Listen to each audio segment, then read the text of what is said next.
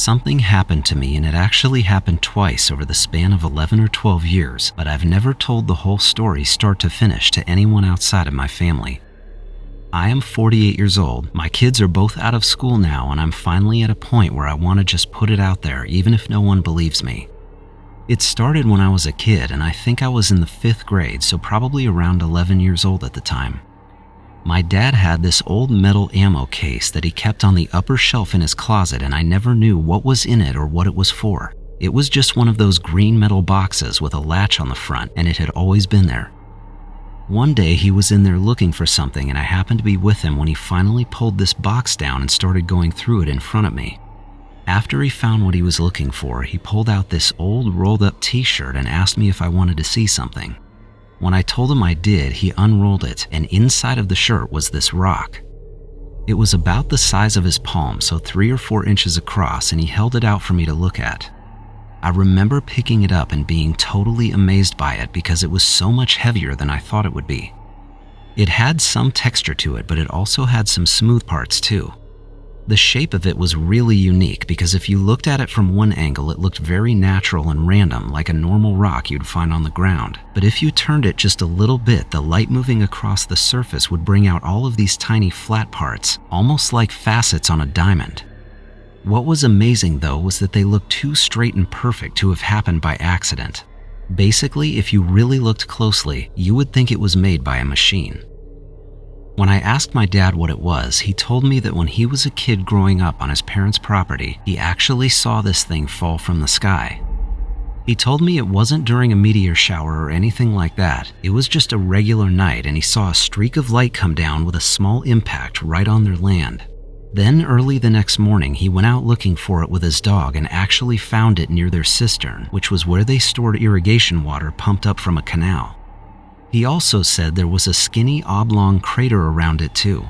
It wasn't anything huge, but it was enough to see that something had hit the ground, and it was in that fresh dirt where he found the rock. He told me he had had it ever since, which was decades at that point, and then mentioned it was one of the most important things he owned. I could tell just by the way he talked about it and the way he wrapped it back up and put it in the box that it meant a lot to him. Because I was a curious kid, I got a little obsessed with my dad's story, and one day before he got home from work, I snuck into their room, took the rock out of the box, and hid it in my desk drawer. My plan was to just look at it more that night. Then I wanted to put it back the next day, and I was making it a point to be extremely careful with it. I do remember that. When I had gone in my room for the night, I got the rock out and could not stop staring at it under the light of my lamp. I was just lying on my back in bed, turning it in my hands over and over again, looking at all the little angles and specks on it. It didn't look like any other rock I had ever seen. I also remember being astonished by the fact I was holding something that came from space. I don't remember falling asleep that night, but at some point I did, and I had a dream that was so incredible and real that it has stayed with me my entire life. I was standing in this huge, expansive desert landscape, and it looked a lot like pictures I've seen of Sedona, Arizona, with big, smooth red rock formations, but on a much bigger scale. Then off in the distance, I could see a town or a small city, and there were these buildings that didn't look like anything we build in our cities. They were huge domes that matched the landscape, except they were bright white, and I kept seeing things flying straight up and down into and out of the city like rockets. I wanted to see it all up close, but it was miles and miles away. Then somehow there were 5 or 6 very tall figures around me, but I couldn't see their faces. I never saw any of them walk up to me, and I don't know where they came from. They were just there. I also had no idea what they wanted, but the ones standing in front of me held their hand out, palm up, like they were waiting for me to give them something. And in the dream, I was still holding my dad's rock, so I handed it to them. As soon as I did that, the dream was over and I jolted awake. When I opened my eyes, it was morning, and I panicked a little about the rock, but it was still next to me on the bed. I realized that I had fallen asleep holding it, so I snuck it back into my parents' room as soon as I could.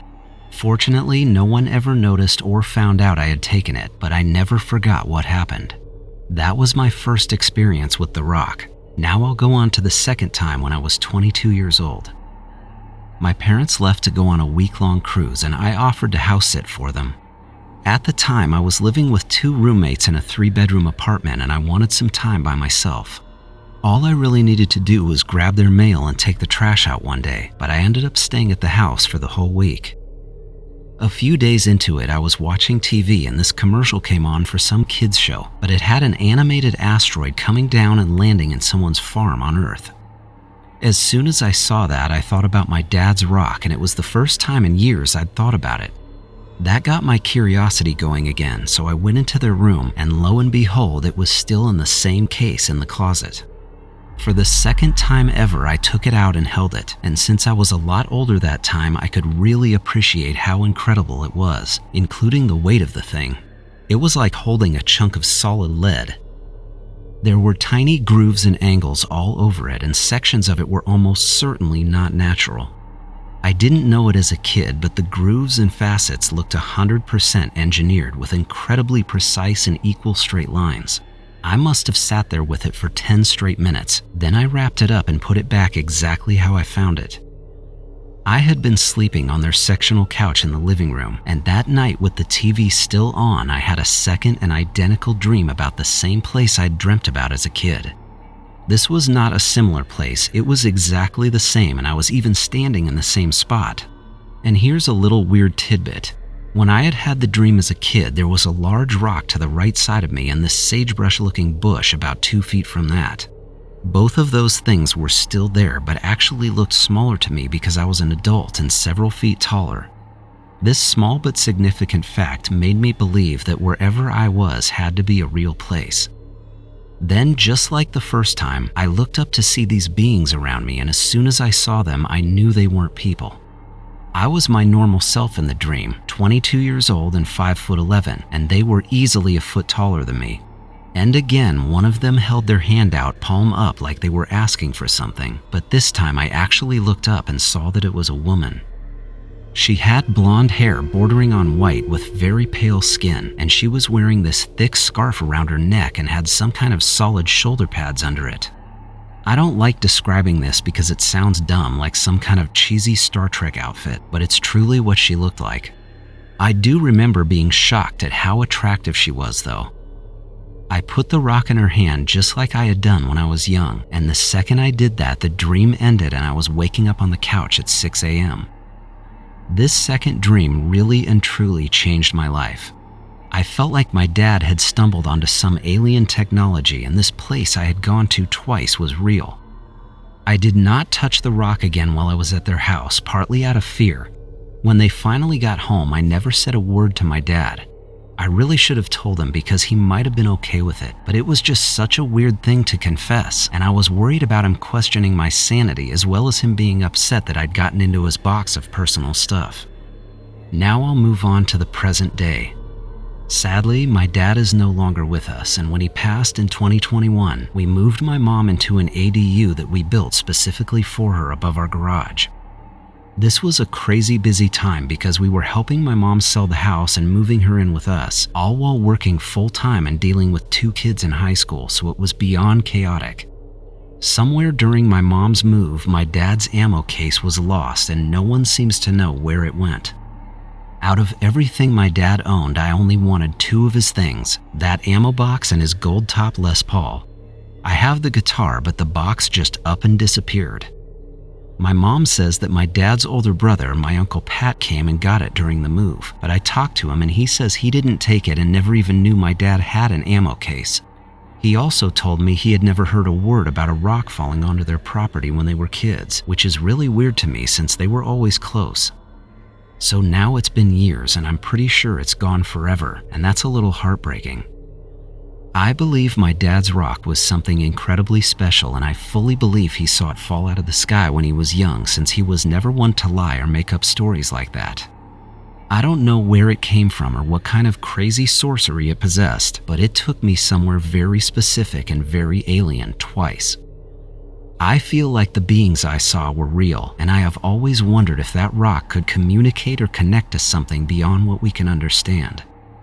Looking back on everything, the way my dad held onto the rock his entire life makes me feel like he knew exactly what it did, and I still wonder all the time if he had the same experience as I did.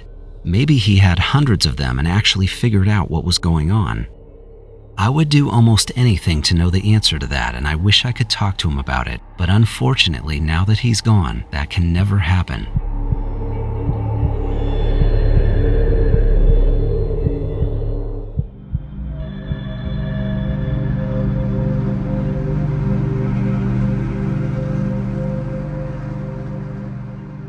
I live in Central Texas with my significant other and our 2 cats. In 2019, there was a weekend where she had to fly out of state for 3 days to take continuing education classes for work, and I stayed home alone. On the very first night, and I'm not sure what time this was, I woke up because my body was freezing cold. I actually love a cold room when I sleep, but this felt like the first stages of hypothermia. I was ice cold and had wrapped myself into the blankets even though it was the middle of summer. The first thing I remember doing was grabbing my phone to see what time it was, but the screen was black and it seemed to be all the way off. I held down the power button and was trying other combinations with the volume buttons to turn it back on, but it was totally dead.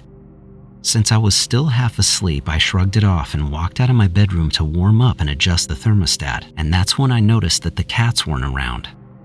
This was highly unusual because our cats always hang out in or around our bed at night, and they would never leave the bedroom unless we did.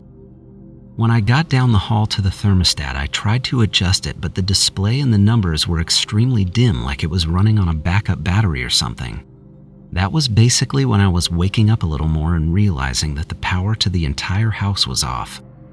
I looked out of our upstairs window to see if any of the neighbors' houses were dark, and I saw that everyone else's outdoor lights seemed to be working fine. The amount of time between waking up and this moment was probably 1 to 2 minutes at the most, and I decided to go downstairs to do 2 things. 1, I was going to check the breaker box in the garage, and 2, I had to get some water because I was thirstier than I'd been in a long time. I felt completely dehydrated to the point where it was painful to swallow. As I walked downstairs, I got to the landing where it turns back 180 degrees to finish going to the first floor, and I was really startled to see this very intense glow coming from the direction of our living room and front door.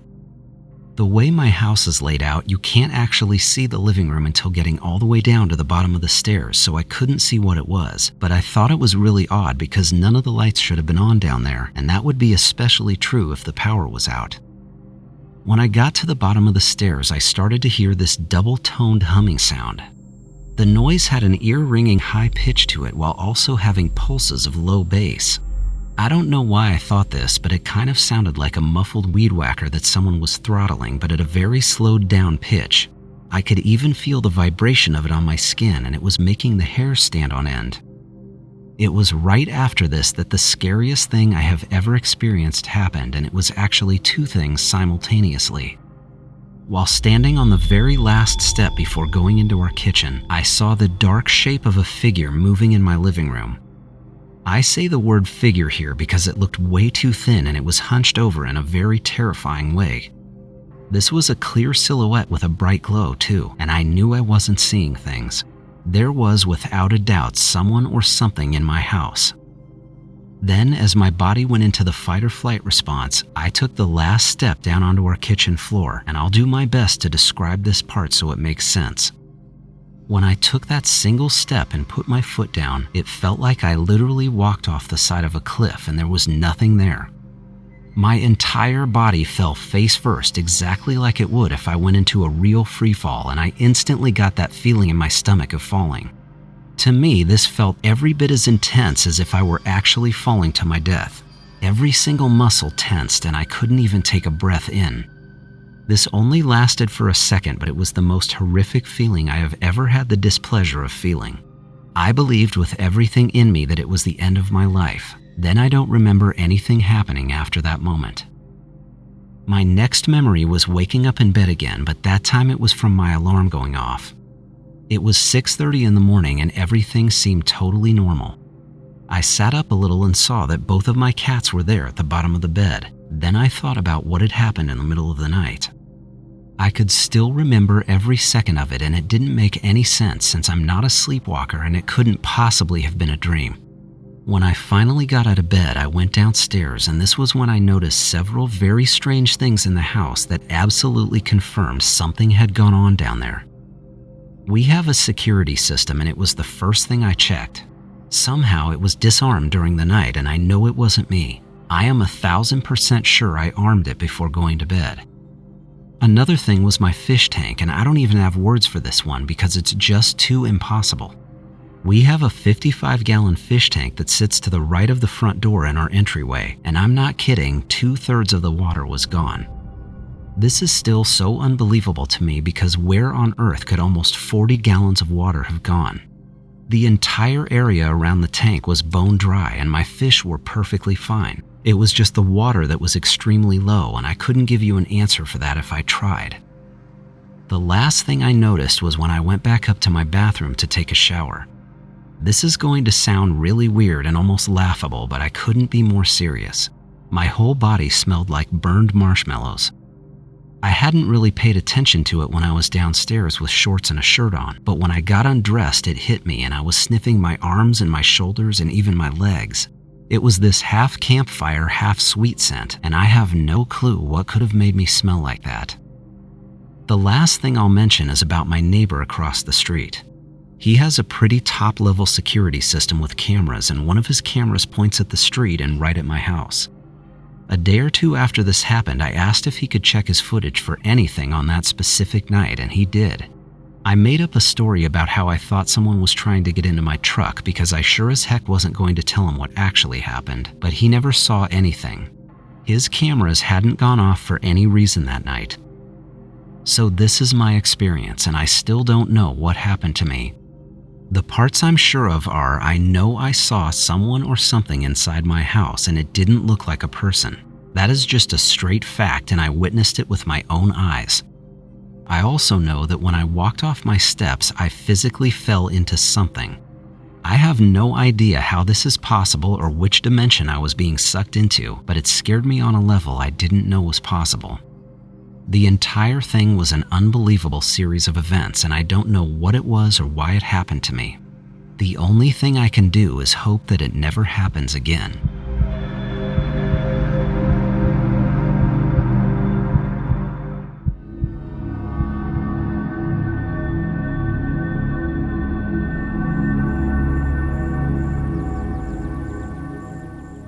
I didn't have a very religious upbringing, so when I was growing up in the New York City area and later in the Adirondack Mountains of New York State, I had no idea that Bible prophecy says in the books of Joel and Acts that in the last days there will be an explosion of people around the world having strange dreams, visions, and supernatural experiences, and it would be a sign of things to come. That has in fact been taking place more and more, and it's not only well documented these days, but it seems to be growing. I have only told a few people what happened to me, but I believe I had one of these visions. In the fall of 1978, I was a 20-year-old college student in the Hudson River Valley of upstate New York. My room that year was in an old 2-story Victorian-style mansion located in the forest on the edge of campus. Behind and beside that mansion was an expansive field of thick, matted-down grass that you could walk through if you wanted to. After classes started in early September, I would walk the country road between that stately building and the center of campus, always passing by that field. And every day I would feel this overwhelming pull to go into the field at night and look up at the sky. I can't explain this better than saying it was like something I needed to do. Finally, on a Saturday evening in the middle of October while I was in my room studying, I decided to knock off for the night and take a walk into the field. Some weekends were scheduled campus parties with bands playing and kegs of beer flowing, but other weekends were much more mellow where people would leave campus until Sunday evening. This particular weekend was one of the quiet ones. It was around 8 p.m. when I slipped my denim jacket on, then I stepped out of my room and made my way to the back entrance of the dorm. I passed through the ornate Victorian-style parlor that functioned as kind of a social rec room with a big fireplace. It also had pool tables and a large window looking out at the field. The student who lived in the room next to mine, who I'll just call Bob, happened to be shooting a solitary game of pool as I walked by. We said hi to each other, but the place was dead and there was no one else around. After that, I walked down the stone stairway behind the dorm, landing on a dirt trail that led straight out to the grass. This was on a clear, crisp autumn evening, so I had my collar up and my hands in my pockets. I trudged over the matted grass and went about 100 yards into the middle of the field. Then I stopped to look up at the night sky where I could see the faint line of the Milky Way.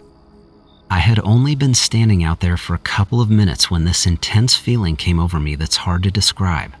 It was like an electric current going through every nerve, and my entire body started shaking.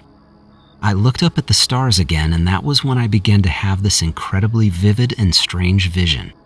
I saw a battle or a war of some kind taking place far out in space. I could actually hear explosions and see mushroom clouds on a scale I didn't know was possible. It got extremely intense and violent, like two sides were really having it out. After seeing that, the scene changed and I was viewing Earth, but from a vantage point that was not too far away. I saw hundreds of spacecraft of different shapes and sizes falling into the atmosphere and hitting our planet. Some of them were on fire with smoke trailing behind them. Then, as if I were being allowed to zoom in closer, I could see these different crafts crashing all over the world. Some were falling on top of cities and into oceans, and others were hitting mountains and landing in deserts and rivers. Then the scene changed again, and I could see people all over the world hauling bodies out of these spacecraft, although I couldn't see who or what they were pulling out, or what might have been trying to escape the wreckage. As I stood there shaking in the field, I heard a massive voice in my head that seemed to come from everywhere around me. It said that what I was seeing was going to happen at the end of this age, and that it was the beginning of a new and better world. I was told it would be like a golden age for mankind, where wars would be a thing of the past and where there would finally be peace. Strangely, though, it also said there would be no more sightings or UFOs in the skies, and the abduction stories where people have terrible things done to them would be gone forever. Then it told me that I would be alive long enough to see it happen, and with that, this unbelievable vision ended, and I came back to myself standing alone in the field. I remember calling out to whoever or whatever had spoken to me, almost demanding to know what it was and what it meant. As I stomped around hollering in the grass, I heard another voice, but that time it was coming from the dormitory mansion, which was lit up in the distance. This voice was shouting and asking who was out there and what was going on. Then I heard my name being called. When I turned around, I could see that it was Bob, and he was standing at the edge of the field with the pool stick still in his hand. When I walked over to him, he immediately asked what was going on outside and seemed genuinely panicked and concerned. I didn't know what he was talking about at first. Then he told me he had been inside playing pool when he saw what he thought was a fire outside through the window. Apparently, when he ran to the window, he saw a tall column of fire moving across the field with glowing red balls circling around it. He had just been ready to call the fire department before running to the doors and seeing nothing but me standing alone in the dark. I told him that nothing had been on fire, but when he asked if I had seen any of what he saw, I had to tell him that in a way I had. Then I spilled it all and let him know everything I had just seen and experienced in that field. Afterward, all we could do was stand there looking at each other completely dumbfounded. I couldn't make any sense of it, and neither could he. I hadn't been drunk or on any kind of drugs, and the same was true for him. It had just been a quiet night at the dorm. We both agreed not to tell anyone about it, especially not the college, since they might suspect we had been on something. So that night we made a pact. We went back inside and went on with our lives, and never spoke about it again, and eventually lost touch completely. I have no idea whatever happened to Bob, and for years I put the entire incident out of my mind. As my life went on, I lived in Jerusalem with my late wife between 1993 and 2003, and there happened to be a wave of UAP sightings in that area during those years. At the time, I was doing international Christian media and ministry work and was traveling to different countries, but then I started to have my own sightings and encounters, and my wife was even with me during a few of them. Over the next 20 years, these encounters followed me, and they stretched from the Middle East to Kansas City and finally to the middle of Missouri, where I live now, retired. While I have never technically been abducted, I have to say, it seems like they have given it the old college try.